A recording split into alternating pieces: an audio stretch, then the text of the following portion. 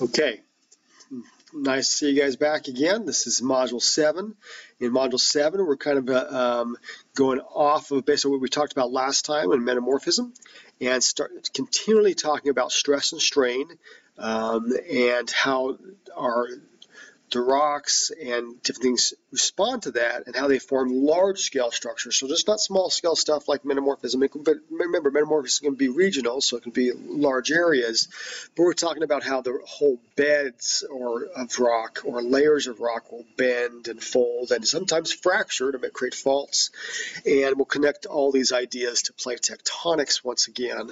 And in our discussion, we'll do a little bit of identifying some of these field photos to be able to see if you can understand the process as you go. Because lots of times this is interesting because you might see these structures later on in your life, and hopefully you'll be able to have a basic understanding about what happened. Now, since we don't live near some mountains here, we don't find very many of these structures here. They're in Pembroke in the coastal plain. They're buried by a lot of sand. They're down beneath our feet. But in places near like the Appalachian Mountains and stuff like that, you will see these structures quite often. And so that's why I want you to be able to kind of recognize them and be able to see what you know. And it's kind of fun to drive past and say, hey, oh, there's a fold there, or there's a fault. And you can see what the relationship of it is to plate tectonics. Okay, so some of the quick objectives that we're going to be doing here, we're going to be describing how rocks can deform in response to stress. I mean, this is kind of like this ruler here. I apply stress, which is that force applied to something right here, and you can see how it bends, right? Okay, the strain is the actual response to the stress, which is the bend here. This is a fairly rigid ruler, but there is some strain in it right here, right? So rocks also will deform when stress is applied, and they'll form little folds and faults, which is basically breakage of a rock and movement along that break, or some responses to sorry, I lost my train of thought there for a second, for folds and things like that. So anyways, the point is that's really what we're going to be describing here when we describe how rocks can form in response to stress. We're going to start identifying some of these structures, and hopefully you can be able to sketch them. We're going to be instead of doing a lot of the sketching, I have done that in past. I'm going to ask you guys to identify some photos instead, and be able to identify them and be able to understand what the movements are. If you sketch them, I promise you it will work better. You will be able to better understand it, though. You can understand what type of tectonic setting you'll find each of these structures in. So, for example, a normal fault is when you have a break in the fault where it's moving apart, so it's associated with divergence. And reverse faults are when the faults they're pushing together.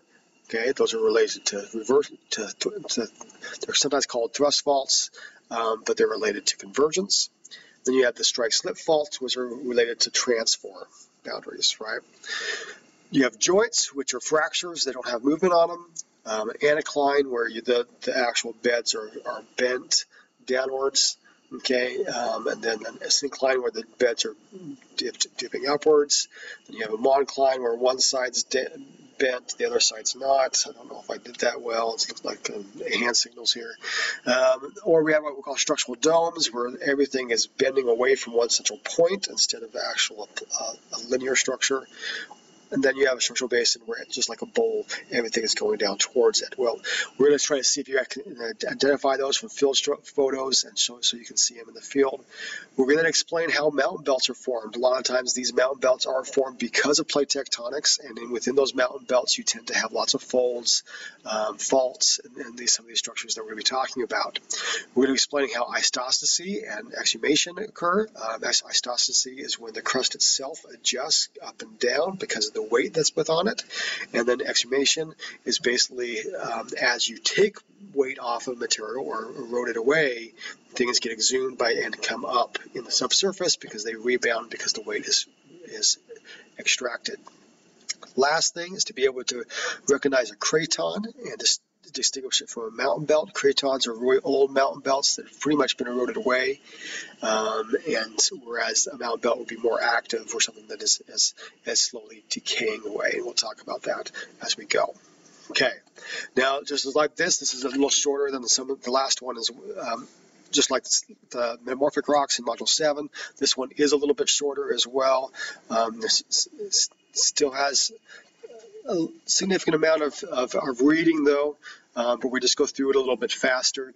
There's a lot of different terms, I know, but the main ones that we're going to be discussing, we'll be discussing in our lecture slides going there. But I will sometimes talk about these things, and so I have them here to help you within your material. Okay, and then also once again you do your online activity. Okay, and your lecture material. This one you have a little bit longer lecture than you did for Module 6. I think it looks like here, let's see, you have about an hour and 15 minutes, but it's not terribly bad, hopefully not at least. Okay, and then there is a video down there for how to classify faults, an extra video if you need it.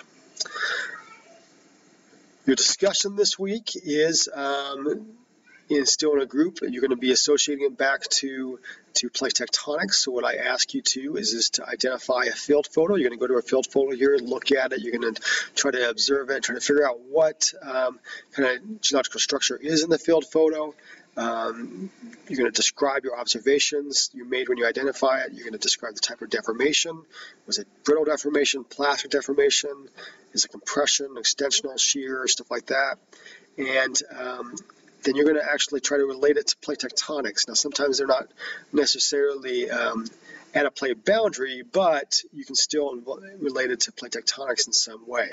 Okay, so please do that. That's your discussion, and that should be it.